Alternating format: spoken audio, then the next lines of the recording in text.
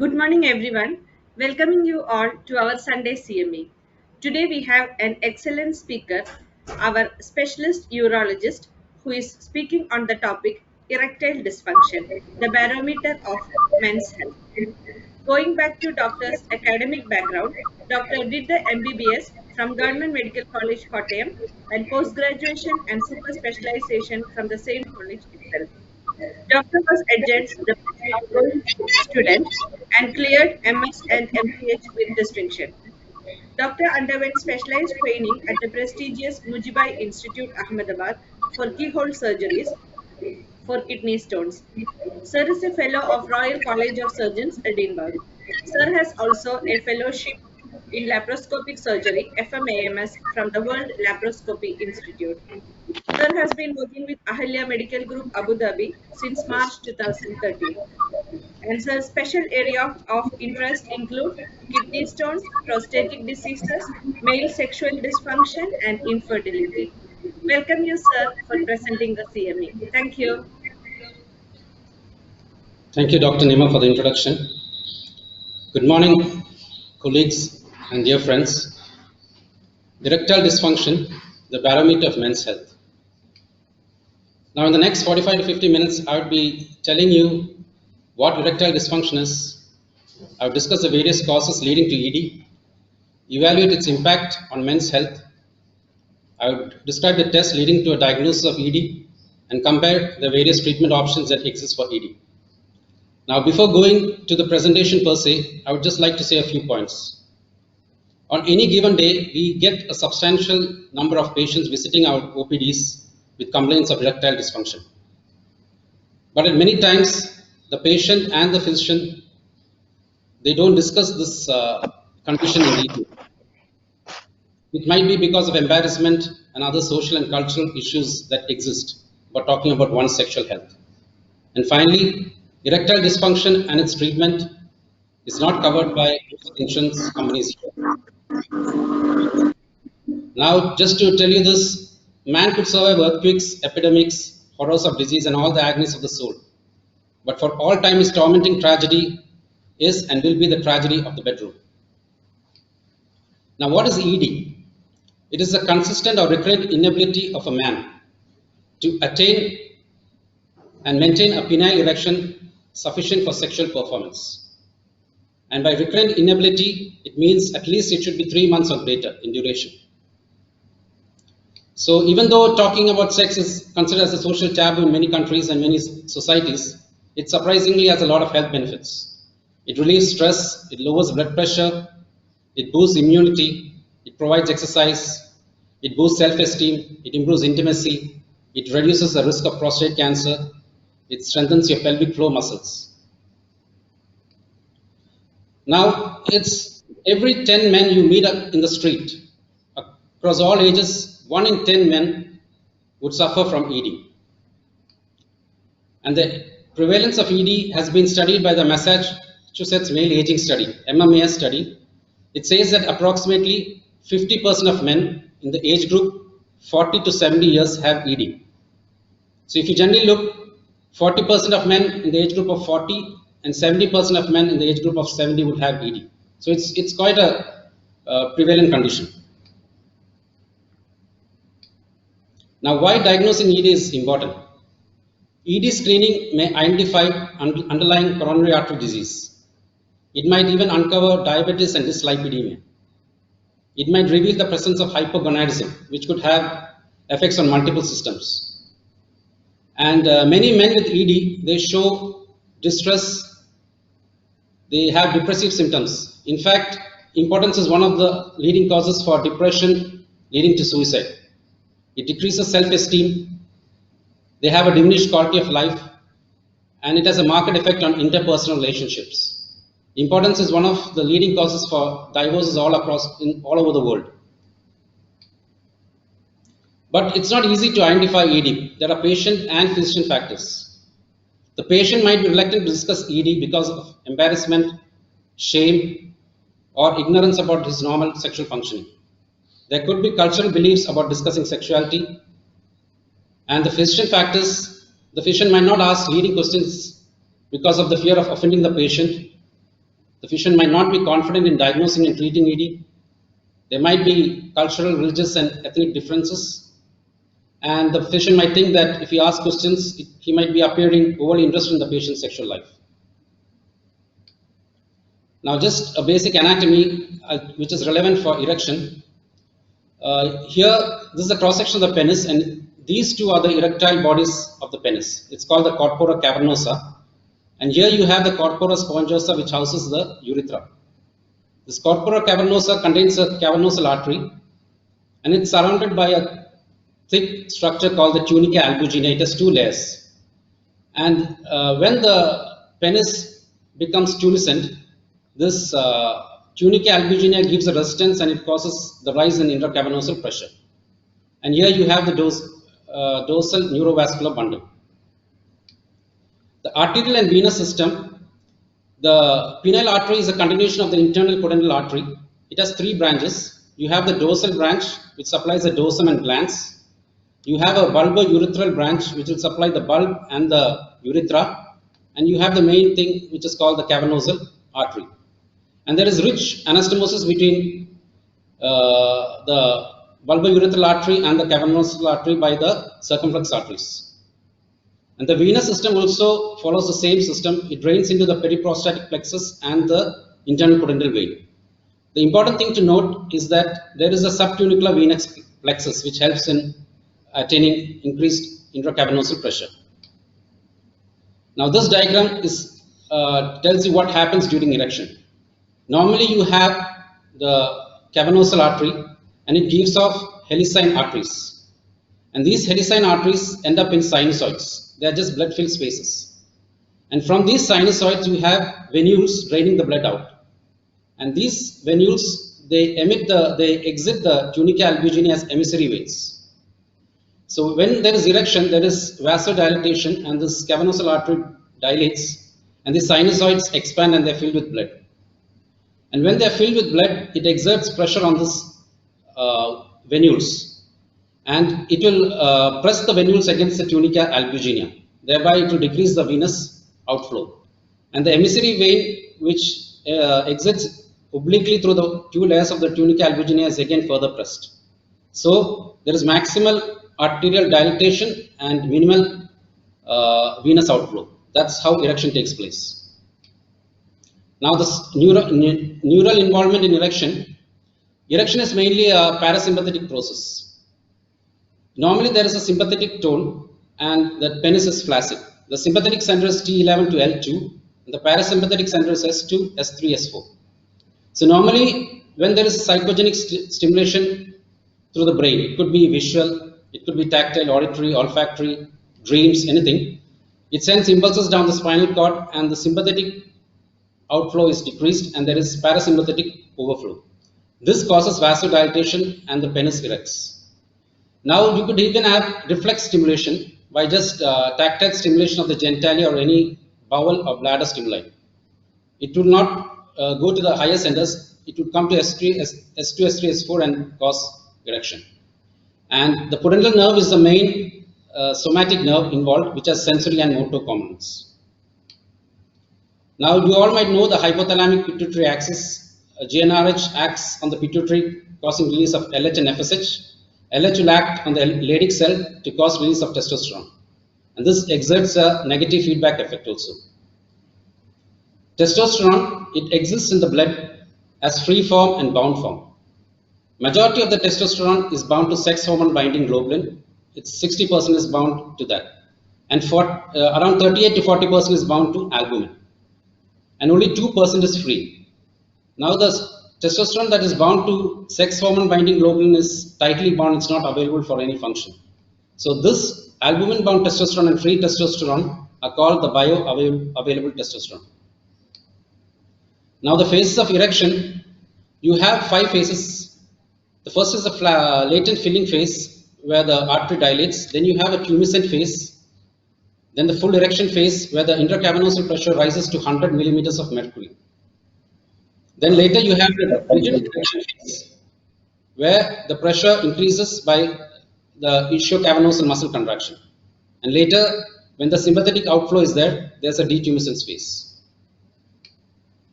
Now for erection to happen, it's a complex event. You need a normal arterial, venous, nervous, hormonal, and even a normal penile tissue. Suppose you have a plaque in the tissue, like in Peyronie's disease, the penis might not erect. So it's a complex process and it requires a normal functioning of all these systems. Now, sexual activity and myths. Normal sexual activity is a modest physical exercise. Now, normal sexual activity, you could equate it to walking 1 mile in 20 minutes or briskly climbing 2 flights of stairs in 10 seconds. And normal physical activity involves 3 to 4 METs, metabolic equivalents of energy. So you can see the different METs here. Walking would cause only 2 METs at this speed, whereas running would cause 6 to 7 METs. So sexual activity is a modest physical exercise. And it's important in cardiac patients. I'll come to that later. And during a normal sexual activity, the heart rate can increase up to 140, and the blood pressure also rises. The systolic might rise up to 80, and the diastolic might rise up to 50 millimeters of mercury. So let's go into the causes causing ED. There are an umpteen number of causes causing ED. It could be medication, smoking, alcohol, heart disease, diabetes, surgeries involving the prostate. You could have hypertension, obesity, low testosterone, drug and alcohol use, antidepressants, stress. So the easy way is to remember the mnemonic importance. So I, inflammatory, M is mechanical, it could be Peyronie's disease, P is psychological, O is occlusive, it could be arterial or venous problems, T stands for trauma. It could be pelvic fracture or trauma to the penis. E is endocrine. N is neurological. C is chemical, which could include medical drugs and recreational drugs. And E is extra factors, prostate surgeries, old age, renal and liver failure. So this is the easy way to remember the causes for ED. Now, smoking leads to impotence, and the first thing, you should always reverse the reversible causes for ED in your patient. So ask them to quit smoking at the first visit itself. Now, why does smoking cause ED? It reduces the nitric oxide synthase, and less of nitric oxide causes decreased vasodilation. It produces endothelin, a potent vasoconstrictor, and it reduces the smooth muscle relaxation. And prostaglandin I2 is also reduced. So all this causes ED. Alcohol and ED, as Shakespeare said, it provokes the desire but takes away the performance. And binge drinking is one of the main causes for ED.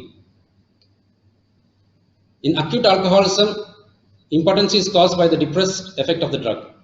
And in chronic, it could be caused by neuritis, liver damage, malnutrition, or other complications. Now, ED and heart disease. This is quite an important thing to note. Clogged arteries, it's where ED and heart disease meet. Now, this diagram will tell you why it's important in diagnosing ED in cardiac patients. You can see the size of the penile artery, coronary, carotid, and femoral. You can see the sizes. So, if they are filled with the similar thickness of the atherosclerotic plaque, you can see how much blood flow would be there in each of these arteries. So, the penile artery would be the first to cause symptoms. And it said that ED precedes cardiac complications or cardiac or stroke complications at least by 3 years. So ED in men aged 40 to 49 years is associated with a 50-fold increased incidence of CAHD. It's 50-fold.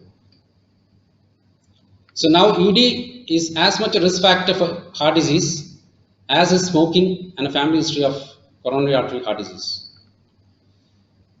64% of men who suffered an MI and 57% of men who had a bypass have had ED at least once in their life. Now, this diagram would show you that it's mainly endothelial dysfunction that causes both these problems, and all the associated risk factors common to both of them would accelerate the conditions. Diabetes, hypertension, hyperlipidemia, obesity, etc., smoking. So ED usually manifests at least 3 years before a major cardiac event. So if you pick up the patients from there, when they present with ED, you could prevent deaths and even a lot of complications too.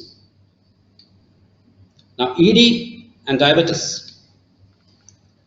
ED is 3 times more common and more severe in men with diabetes compared to men without diabetes. 3 times more common.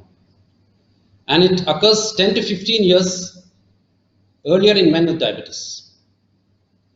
And in 12% of men, ED might be the presenting symptom of diabetes. So ED, it increases with the age, duration of diabetes, and deteriorating diabetic control. And compared to men without diabetes, men with diabetes tend to suffer ED from an early age. They suffer from a more severe ED, and they are less responsive to treatment. So here you can see the deadly quartet: diabetes, obesity, hypertension, dyslipidemia. ED is associated with all of them, and so is coronary artery heart disease. So that's why it's called the barometer of men's health. It would predict cardiac and neurological complications earlier. Now, studies linking obesity to ED. One of the studies done in Italy showed that 2,000 men who sought treatment for ED, at least 42% of them were overweight, 42%. And most of these overweight patients had lower levels of testosterone and reduced blood flow. So ED and obesity, both of them are associated with low testosterone. And obesity, adipose tissue activation is there, and there's dysregulation of adipokines and cytokines. So these are inflammatory mediators. Adipokines, leptin, and resistance, and inflammatory cytokines are also released, and they cause endothelial dysfunction. And endothelial dysfunction leads to ED as well as cardiovascular disease. Now, when it comes to ED, a man's weight and his waist size is important, because they found that a waist size more than 40 inches is more likely to be associated with ED.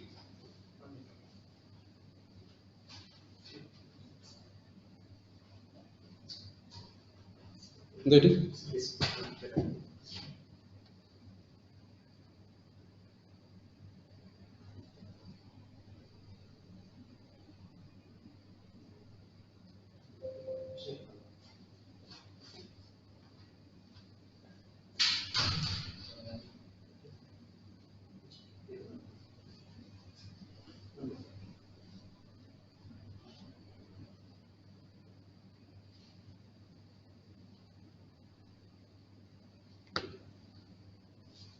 Connection boy.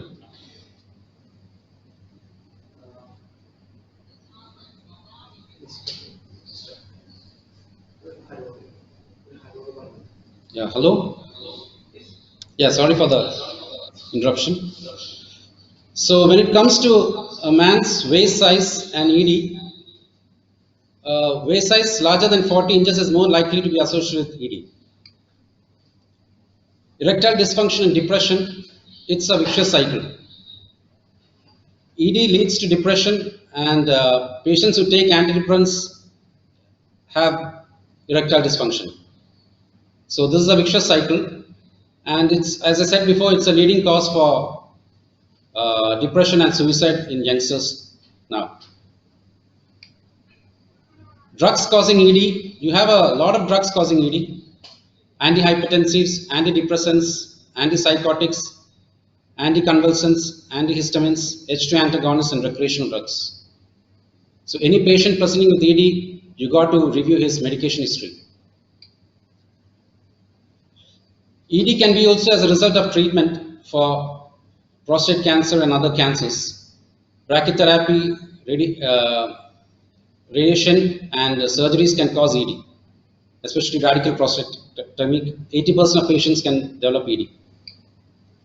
Now, this is another interesting thing: late onset hypogonadism.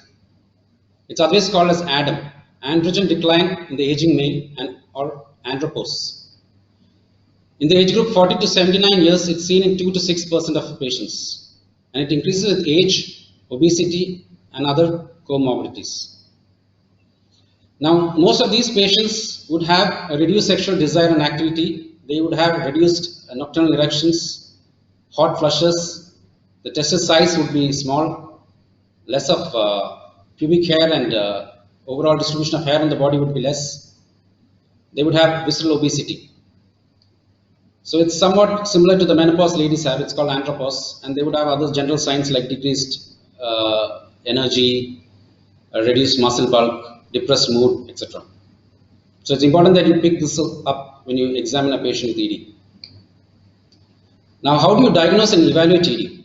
Just like any other disease, you've got to take a proper history, examination, investigation. It's not easy to obtain a history in an ED patient because you've got to have the 5 E's. You've got to have a good experience, etiquette should be there, empathy, ethnic understanding, and the environment should be relaxed. It's many people, they visit our OPDs, at least they open up on the 2nd or 3rd visit. So they need to have a rapport with the doctor before they open up and talk about their sexual problems. So when you take a history in ED, you got to ask the patient to describe his problem. And once you make sure that it's ED and not premature ejaculation, you got to see whether it's psychogenic or organic. Now, certain things will tell you that this ED was psychogenic. If it's of sudden onset, but he has a good quality erection, nocturnal erections, he has premature ejaculation, and he has other major life events and psychological problems. So these would suggest psychogenic causes. Whereas organic causes, it would be usually of a gradual onset, and he would have an erection, but it's not completely rigid. And he would have other comorbidities like diabetes, hypertension, other cardiovascular diseases, smoking, etc. And always when you take a history in an ED patient, always take the partner into consideration. You should ask them what their expectations are. Many couples, they have unrealistic expectations for their sexual functions. And you should know what they have tried and what they hope to gain. So when a patient comes and tells that he doesn't get a proper erection, they may describe the erection in different ways. So you have an erection hardness score. It ranges from 1 to 4, where 1 is severe erectile dysfunction, just like a tofu. The penis is just large, but it's not at all hard. And then you have a second one where the penis is hard, but it's not hard for penetration. Third is, it is hard, it's good enough for penetration, but it's not completely hard. And the fourth is a completely hard one. So you should gauge their, when they say hardness, you should gauge it out. Now, questionnaires for ED, you should give them a questionnaire. The most accepted questionnaire is the International Index of Erectile Function 5. It has 5 questions and it's rated from 1 to 5, from low to high. And you ask them 5 questions. How do you rate your confidence in getting an erection? When you have had an erection, was it hard enough for penetration? When you penetrated, could you maintain it? Could you maintain your penetration? And could you maintain your erection till the completion of intercourse? And when you attended intercourse, how was it satisfactory for you? And you grade it 1 to 7 severe ED, and 22 to 25 there's no ED. And anything that comes between that is mild to moderate. So in this, you have to grade your patients and give them the treatment accordingly. Now, physical examination, you got to check their height and weight, waist circumference, secondary sexual characters, the development of the breast, scrotum, penis, distribution of hair, axillary, pubic, chest hair, the pattern of hair growth. Check their blood pressure and heart rate. Thyroid should be checked. Special attention to the CVS and CNS systems. All peripheral pulses, because I told you it's mainly, erectile dysfunction is mainly a cardiovascular disease. So the strength of all the peripheral pulses, any difference in rhythm, etc. should be noted. Penis should be checked for any Peyronie's disease or any plaques, phimosis, etc. And the testis, the size and consistency should be checked. And finish it off with a digital rectal examination and just have an evaluation of the prostate. So this is late onset hypogonadism, as I told before. There's partial distribution of hair. They will have gynecomastia.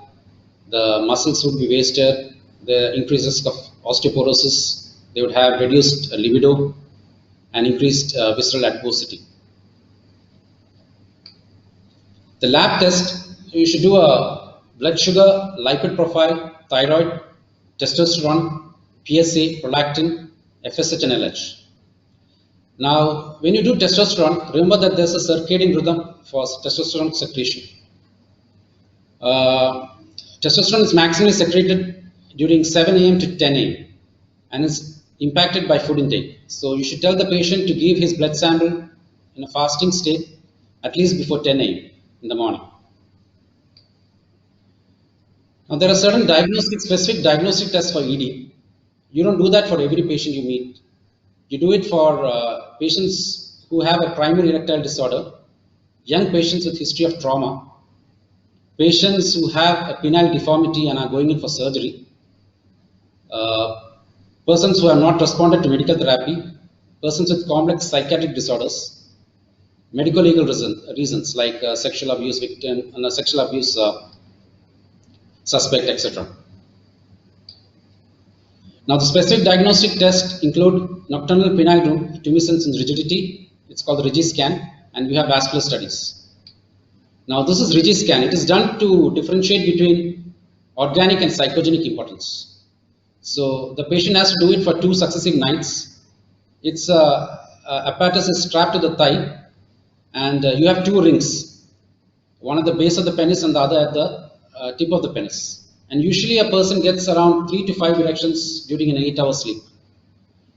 And this measures the nocturnal erection. And if the patient has a nocturnal erection, you could differentiate between the psychogenic and organic impotence. Then ultrasound is needed for some patients to rule out any cardiovascular component, like to rule out any blocks or even the venous outflow. Cavernosometry and cavernosography are rarely done nowadays. It's to document venous outflow. Now, before going to the treatment of ED, this is quite important because most of these ED patients that come to us above the age of 40 years, they have cardiac problems, they have blood pressure, they have diabetes. So you got to divide them into 3 groups: low risk, intermediate risk, and high risk. It's based on the second and third Princeton consensus. So after dividing them into 3 groups, there are some factors like they should have only a mild angina, uncomplicated MI, class 1 heart failure, controlled hypertension, and mild valve disease. So divide them into 3 groups, and the low risk group you can definitely treat for ED. The intermediate and the high risk would go in for visiting a cardiologist and further evaluation. You treat them only after the cardiologist evaluates the patient. So this is the European Association of Urology Guidelines 2020. It tells you how to diagnose ED. You got to first give a questionnaire and then focus physical examination where you look for the penile, prostate, signs of hypogonadism, and CVS and CNS systems. And they say only you have to do the glucose lipid profile and the total testosterone. Now, treatment. Like in any disease, you start with conservative treatments, lifestyle changes, and loss of weight and all those things. So you should tell the patient to remain sexually active and promote body activity, positivity. They should keep fitness high with realistic exercise goals. If they smoke, they should quit. They should cut down on alcohol, and they should have a healthy eating plan. It is found that the Mediterranean diet, which is rich in vegetables and less of red meat, improved ED in at least 15% of patients over a period of 1 year. Now, certain foods are really good to increase a person's erectile dysfunction, to improve his sexual health. Nitrates in leafy greens, flavonoids in dark chocolates, proteins in pistachios, zinc in oysters, antioxidants in watermelon, and lycopene in tomatoes. So these are naturally occurring foods that have substances that increase your sexual drive. And watermelon is considered to be the natural Viagra because it has large amounts of citrulline, which is a potent amino acid, which is a potent vasodilator. Now, always aim to increase testosterone in your patients. You should ask them to be fit and healthy, maintain a good body mass index, because you can see the difference between a person who has a low testosterone and a normal testosterone. A person who has a normal testosterone is always confident, he's happy, he's got a healthy heart, he's got a healthy libido, and he's plenty of energy. So in persons who have late onset hypogonadism or hypogonadism, you can supplement testosterone. There are a lot of formulations to supplement testosterone. Testosterone undergoes first pass metabolism, so oral testosterone are not that effective. You can give it by injections, subcutaneous depot. You can even have buccal and topical testosterone. Always start with topical or buccal testosterone, so that if the patient has any side effect, these are short acting and you could do some changes. Now the therapy for ED has a stepladder pattern. The first line is oral drugs with or without psychotherapy. The second line is injection therapy. You have MUSE, which is medicated urethral system for erection. Then you have vacuum erection devices. Then you have the low intensity shockwave therapy. And then the third line is penile process and penile revascularization. So you give a stepladder pattern to your patients who come with ED. Go from the lowest to the highest. So the first line of therapy is oral drugs. So US FDA has approved 4 PDE5 inhibitors. The first one was in 1998. It was sildenafil, which was others known as Viagra. Then they brought out vardenafil in 2003.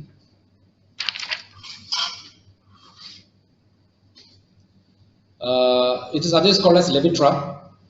Then in 2003 they brought out tadalafil 2, which is known as Cialis, and then you have avenafil, which is known as Tendra. Now most of these drugs are better known by their brand names: Viagra, Levitra, Cialis, Tendra. So this diagram is quite important if you have to understand the functioning of PDE5 inhibitors. So when you have a sexual stimulation, the nervous impulse, they cause the endothelial cells to release nitric oxide. Nitric oxide enters the smooth muscle cell and it acts on the enzyme guanylate cyclase. This catalyzes the conversion of GTP to cyclic GMP. Cyclic GMP is the active second messenger which causes vasodilatation. It acts on the specific protein kinase and causes decreased calcium and smooth muscle relaxation. So cyclic GMP is the main mediator here. But this cyclic GMP is quickly hydrolyzed by the enzyme phosphodiesterase 5 to the inactive form 5-GMP. So what phosphodiesterase does is that it inhibits this enzyme PDE5. Thereby, cyclic GMP is not metabolized and it maintains the high concentration of cyclic GMP. So that's what these oral drugs do. Cyclic GMP is increased and therefore you have vasodilatation. Now nitrates, they say that you should not combine nitrates that you give for cardiac problems, nitrates with PDE5 inhibitors. That's because nitrates, they act on this guanylate cyclase or adenylate cyclase, and they also increase cyclic AMP and cyclic GMP. So PDE5 inhibitors and nitrates, they have a synergistic effect on causing smooth muscle relaxation. So that's why they should not be combined. Now sildenafil is otherwise called the little blue pill. It was discovered by Pfizer in 1998. It was discovered accidentally. When they did a trial for men with hypertension angina, they found that the next day most of these men said that they had very good erections. So that was how sildenafil was discovered. And in the first year of its sales, it hit $1 billion US. And more than 30 million men have tried it out in the US in the first 10 years of its sale. And sildenafil is one of the most counterfeited drugs in history. Now sildenafil is, for your knowledge, sildenafil is not only used for ED, it's also used in premature babies for pulmonary hypertension. It's used by florists to prevent wilting of flowers. 1% of sildenafil sprayed onto these flowers would extend their lifespan by another 24 hours. It prevents jet lag. It's used in Raynaud's disease and it's also used in cycling and high altitude performances because it increases the pulmonary reserve of oxygen. Now, sildenafil, others call as Viagra. How did it get its name? Some say it's from the Niagara Falls. It has the vigor of the Niagara Falls. Some say it's from the Sanskrit word Viagra, which means tiger. Sildenafil is available in three formulations, 25, 50, and 100 milligrams, three strengths. You start with 50 milligram and then titrate up or down, depending on the response. Onset, you tell the patient to take it at least half an hour to 1 hour before sexual intercourse. Its effects can last up to 12 hours. But the problem is its effect is reduced with fatty meals. It has got a 77% efficacy overall. Tadalafil, Cialis is a brand name. It comes from the French word ciel, which means heaven. They say that that's a state you would be in after ingestion of the drug. 5, 10, and 10, 20 milligrams are available. Now, 5 milligram of tadalafil is approved by the American Urological Association and the European Urological Association for treatment of both lower urinary tract symptoms and ED. So, any patient with benign prostatic hypertrophy and sexual dysfunction, you could start them on a 5 milligram of tadalafil, and they could take it for a long time. Now, when you prescribe it for ED, you either give the 10 or the 20 milligram, and its effects last for 36 hours. It is considered to be the longest acting PD5 inhibitor. And the good point about tadalafil is that it is not affected by food, and its efficacy is 81%. Vardenafil, it's always called as Levitra. It comes from the term levitate. That means you will be suspended in mid-air, and that's the state you would be in. And it's available in 5, 10, and 20 milligram. The starting dose is 10, and you could either increase it or decrease it. Onset is again 30 minutes. Effect is for 12 hours, and its absorption is reduced by food. So when you compare all these three PD5 inhibitors, you can see that tadalafil has the highest duration of action. It's around 36 hours, whereas the others have only around 8 to 12 hours. And tadalafil has no interaction with food. Nitrates are forbidden with all of these. As I told before, it has a synergistic effect. Visual disturbances are seen with sildenafil and vardenafil. The visual disturbance are you'd have blurring of vision and reduced perception of blue-green light. And muscle aches are more with tadalafil, whereas the other symptoms are seen because of vasodilatation. You have headache, nasal stuffness, heartburn, etc. And the eye symptoms are because of inhibition of PD6, and myalgia is because of inhibition of PD11 enzyme. So muscle problems with tadalafil, eye problems with sildenafil, and the others are common for both. And tadalafil has no interaction with food, and it's the longest acting. Now, there are certain contraindications for PD5. You cannot give PD5 inhibitor to a person who has had a major cardiac event within 6 months. And if he has got hypotension or hypertension more than 170/100, it's contraindicated. Class 4 heart failure is contraindicated. Unstable angina, and all patients on nitrate. So suppose you get a patient who has taken a PD5 inhibitor and he develops chest pain. Said that if he has taken sildenafil and vardenafil, you cannot give him nitrates for at least 24 hours. You can give all the other treatments for chest pain, but nitrates should be withheld at least for 24 hours. And if he has taken tadalafil and he has got chest pain, it should be withheld for at least 48 hours, nitrates. It's safe with antihypertensives. The studies have found that even with 3 antihypertensives, taking PD5 inhibitor is safe. Avoid vardenafil with antiarrhythmics because it prolongs the QTc interval. Many patients who take PD5 inhibitors are also patients who take alpha blockers for BPH. So if they're taking alpha blockers, at least 4 hours gap should be there between these two drugs. And avoid doxazosin, which is an older type of alpha blocker for BPH. So now you have quite a large number of drugs for ED. So which one would you give to your patient? Viagra has a good track record. Cialis is called the weekender pill. Levitra works good with alcohol.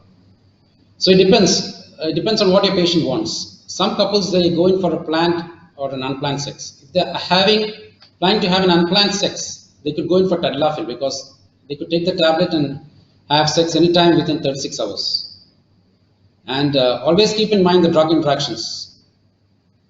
And some people, they prefer sildenafil over tadalafil. It's a personal choice.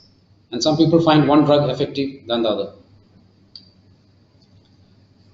Now, if you have patients non-responding to PDE5, there are certain reasons for that. It could be inadequate sexual stimulation. There should be adequate sexual stimulation because you need the nerve endings to act, and the endothelial cell should release nitric oxide. The dose might not be adequate, and you should wait for a certain period of time after ingestion for the drug to act. And there could be food and other drug interactions. Many people use counterfeited medications because they are cheaper. And many of the patients, they have unrealistic expectations. So first educate the patient. You can even give PDE5 inhibitors like Cialis 5 milligram daily and then on-demand PDE5. If he has hormonal problems, you can normalize the hormone, improve all his other comorbidities. And still, if it's not working, you could combine it with a different therapeutic approach. But before shifting from oral drugs to another therapy, make sure that they have tried at least 2 different drugs and at least 4 of the highest dose of the 2 different drugs. You have a number of herbs for erectile dysfunction like tongatali, ginseng, ginkgo biloba. But most of these are not recommended by the AUNE, European Association of Urology. But we do give it to patients who cannot tolerate other drugs. It might have a placebo effect, but some patients are quite happy with herbals for ED. Now, the second line therapy is intracavernosal injection. The most commonly used drug is alprostadil, is prostaglandin E1. You have other 4 drugs. You can either use phentolamine and papaverine, it's called bimix. You can have all these 3 together, it's called trimix, and you can have atropine quadmix. Alprostadil, the problem is that it's quite painful, so that's why you mix it with other drugs. But the only disadvantage is that some people are very scared of needles and they don't like to be poked into their penis with needles, so that's one of the side effects. And then priapism is a complication, and in the long term they might even have fibrosis. Now this diagram shows where you got to inject into the penis. You have to avoid the upper part where the neurovascular bundle is there, and you got to avoid the lower part where the urethra is there. So into the corpora cavernosa at a 90-degree angle, and you should alternate between both the sides. Alprostadil, otherwise known as Caverject, 5 to 40 microgram.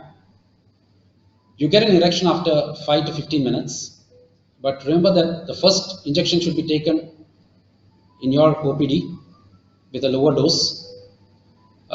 It's effective in 70%. The adverse effects are, there might be pain, priapism, which is rarely seen. Sometimes bleeding is there.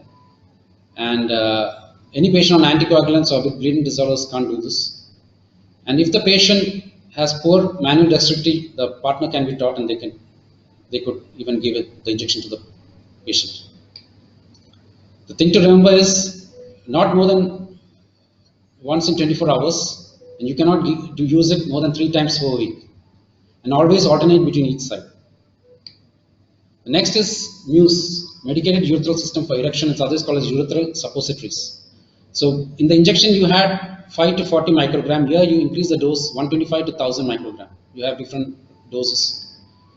In this you put a pellet into the urethral meatus, and this causes vasodilatation. You put the pellet into the urethral meatus and you wait for 5 minutes and you rub the glands and you get an erection. Now the only disadvantage of this is that sometimes a female partner might have vaginal burning and dysuria. And the thing to remember is that never use this when you have sex with a pregnant lady, because it might induce premature labor, prostaglandin E1. But it's preferred by many people because it's less invasive. So many people prefer using MUSE. Alprostadil cream, this is also widely used here also. 300 microgram alprostadil, you rub it into the glans penis. Only thing is that you have to urinate before application. and you have to insert it into there's a plunger and a tip like this. You got to put it into the meatus, and this also should also be not used more than 3 times in a week. Next is vacuum erection devices.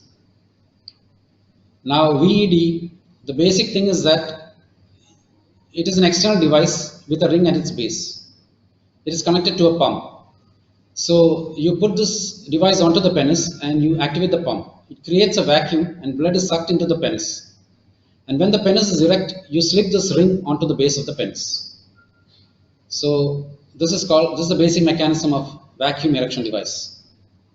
It's 90% effective because irrespective of the cause, you get an erection, whether it's psychological, neurological, hormonal, you get an erection. But the only thing to remember is that this ring that you apply at the base of the penis should be removed within 30 minutes. And most of the people, they find that this erection is unnatural because the penis feels cold and numb. And many of these patients cannot ejaculate because of the ring at the base. And it's contraindicated in men having bleeding and who are on anticoagulants. And it's a treatment of choice in older patients who have infrequent sexual acts, and it's non-invasive and drug-free. So older couples prefer this, and it's cost-effective because you just have to shell out $500 for this device, and you could use it for many months. So it's a useful aid, but it's uncomfortable. Next is shockwave therapy. This is similar to the shockwave therapy that we use for stones. We subject the patient to once weekly for 4 weekly treatment sessions. Each session will last for 30 minutes. It's painless, you don't need any analgesia. At each session, you give them 3,600 shock waves, and the energy use is 10% of what we conventionally use for ESWL for stones. And the targeted areas are the right and left cavernosum and the crura. So the mechanism is that it causes neovascularization and release of vascular mediators and causes increased blood flow. So people who propagate shockwave therapy, they say that you don't need any planning, no pill popping, no pumping, no needles, no surgery, no implants. It's painless and it's non-invasive. So is it effective? At 3 and 6 months, this International Index of Erectile Function score increased up to 5 points. And 67% of them, they would recommend this to a friend, and 86% were able to have a satisfactory intercourse at the end of the treatment. Now coming to the last and the most effective treatment is penile prosthesis. So these are the type of penile implants that you have: 1 piece, 2 piece, and 3 piece. 1 piece is basically just a single piece. It's just implanted in the penis, and when the patient wants to have intercourse, he just makes it.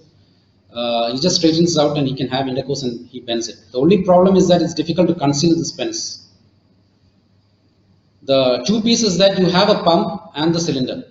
So when the patient wants to have sexual intercourse, he can activate the pump.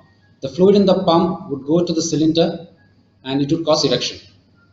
But the problem is that the amount of fluid in the pump is less, so the erection might not be optimal.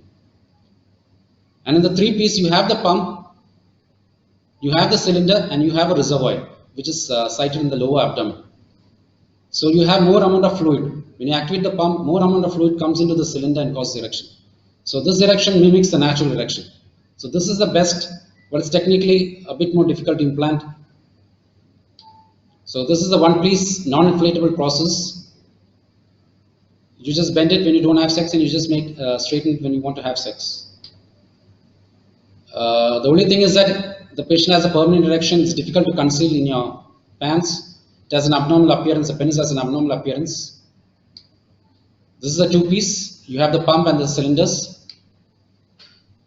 The only problem here is there could be leak and mechanical failure. And this is the 3 piece. You have the reservoir too. So more amount of fluid, you get better erection. So this is the best. It's most comfortable. It's very expensive. Implantation of a 3-piece cylinder in India would cost around 7 to 10 lakhs, whereas a 2-piece would cost around A 3-piece would cost around 10 to 15 lakhs, whereas a 2-piece would cost around 7 to 10 lakhs, whereas a 1-piece would cost around 1.5 to 3 lakhs Indian rupees. So this is, you can see that the patient fitted with a 3-piece inflatable process. When he wants to have sex, he can just activate the pump. He gets a good erection, and this is the pump with a button, and then he can have a D2 cells too. So penile implant procedure, it should be done as the first case. Proper precautions for preventing infection should be done. The incision is most of them prefer the penoscrotal approach. You have to dilate the corpora adequately because you're going to place the cylinder inside both the corpora. The cylinder should be measured accurately, and then the cylinders are placed. The pump is placed in the scrotum, and this is the reservoir which is placed in the lower abdomen. So this is the completed view. You see the pump in the scrotum and the cylinder in the corpora cavernosa. So post-op, you only activate the pump after 6 weeks, and sexual activity is only done after 8 weeks. Complications, you could have corporal perforation, urethral perforation, mechanical malfunction, infection. You can have herniation of the pump or the reservoir, protrusion of the cylinder or pump. This is the most common complication. And then you could have some deformities if the corpora is not adequately dilated.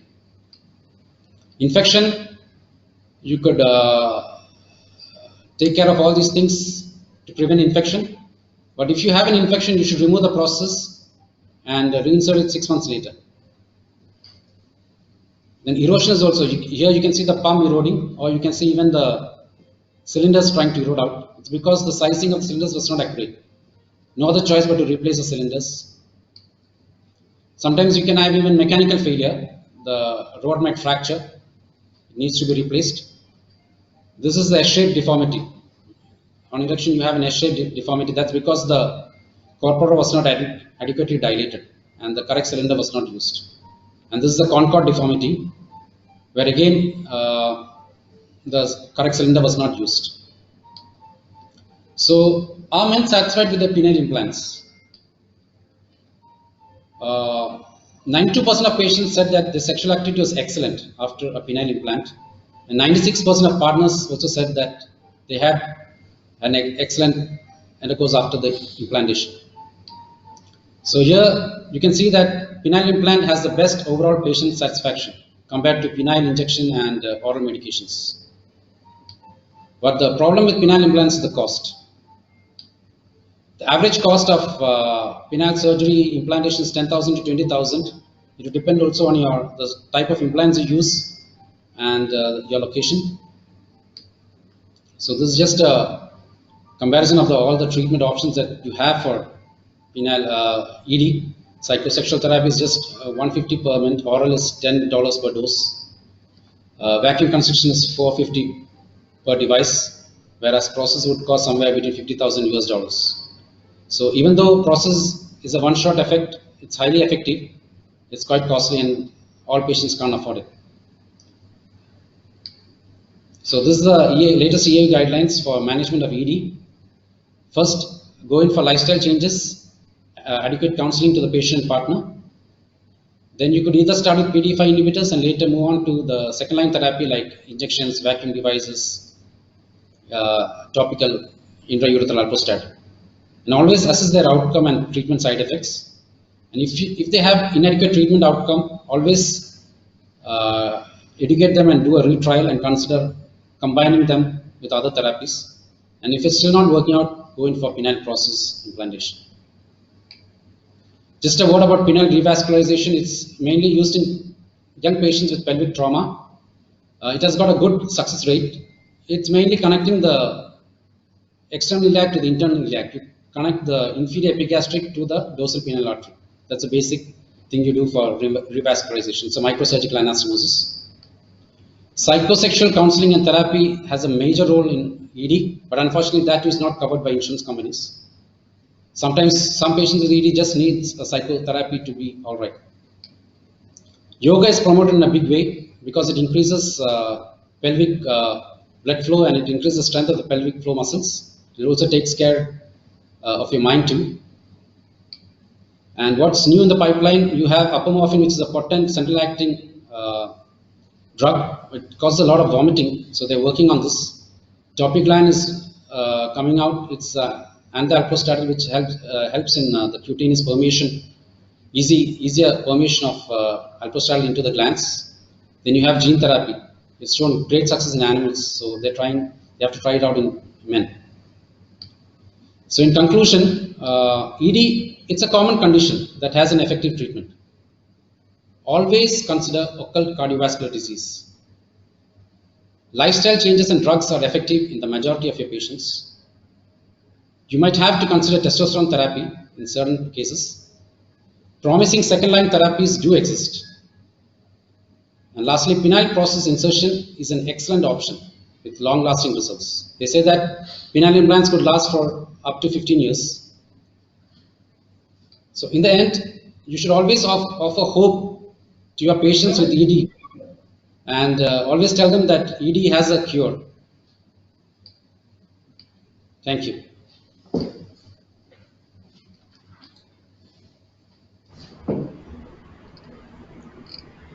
Thank you, Dr. Shibu, for the excellent presentation. The topic is now open for discussion. Any questions from the audience, you are free to ask. And any points to add also, the doctors can please participate in the discussion.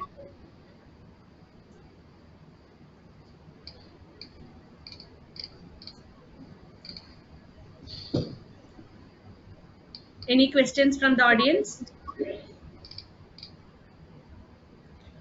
Yeah, Dr. Shibu, how can you clinically differentiate between this psychogenic impotence and actual impotence?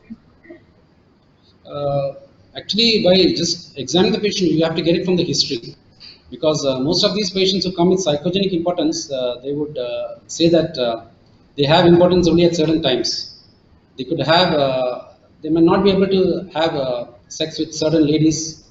They may not be able to have sex at certain times, and they usually have other associated problems with ejaculation, with attaining orgasm, and they would, if you inquire more in detail, they would have other problems of depressive symptoms. So with all this, we could come to a conclusion that it's more towards psychogenic impotence. And even if you ask them whether they have nocturnal erections, they might say that they might first say that they don't have it, but later on, if you ask them, they will say that they have nocturnal erections, but during sexual intercourse, they are not able to attain the proper tumescence. So Okay. that's how we should differentiate. Yeah. Okay, doctor, thank you. And you told no certain drugs causing impotence. What are the Yeah. common drugs that you encounter in your clinical practice which are causing the impotence, which the patients often use? Okay. Most commonly, we see patients coming taking a lot of antihypertensives. Most of these antihypertensives they cause a decrease in blood pressure. So that by itself is would cause ED.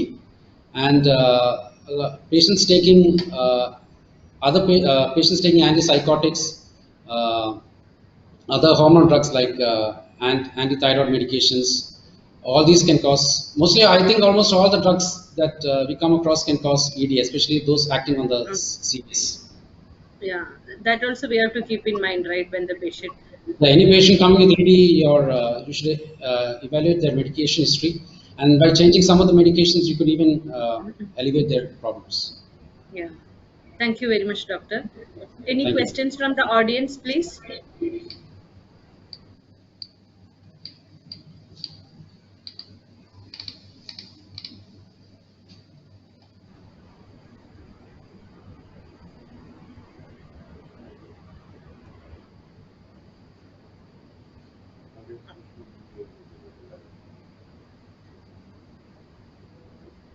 So if no more What questions, about medicine yeah, used yeah, you can. prostate?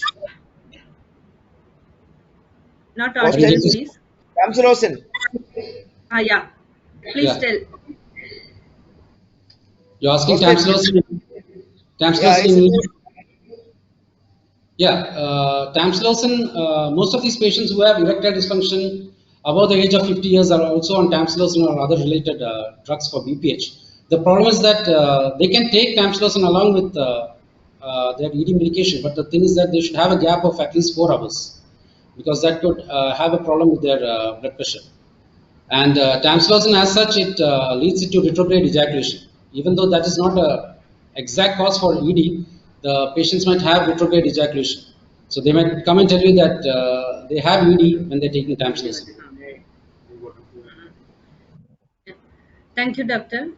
Yeah. Is there any contraindications for this Viagra in this case? Taking Viagra along with tamsulosin, there's no contraindication. Only thing is that you've got to just keep a 4-hour gap between both the doses. 4 hours. Yes. So if no more questions, we can conclude the session. So thank you, Dr. Shibu, for the excellent presentation. And thank you all for participating in the discussion. The post-test as well as evaluation are posted in the chat box as well as in AHH WhatsApp group. Please fill up the post-test and evaluation form before concluding the session. So thank you all once again and see you all for the next Sunday CME. Thank you. Thank you.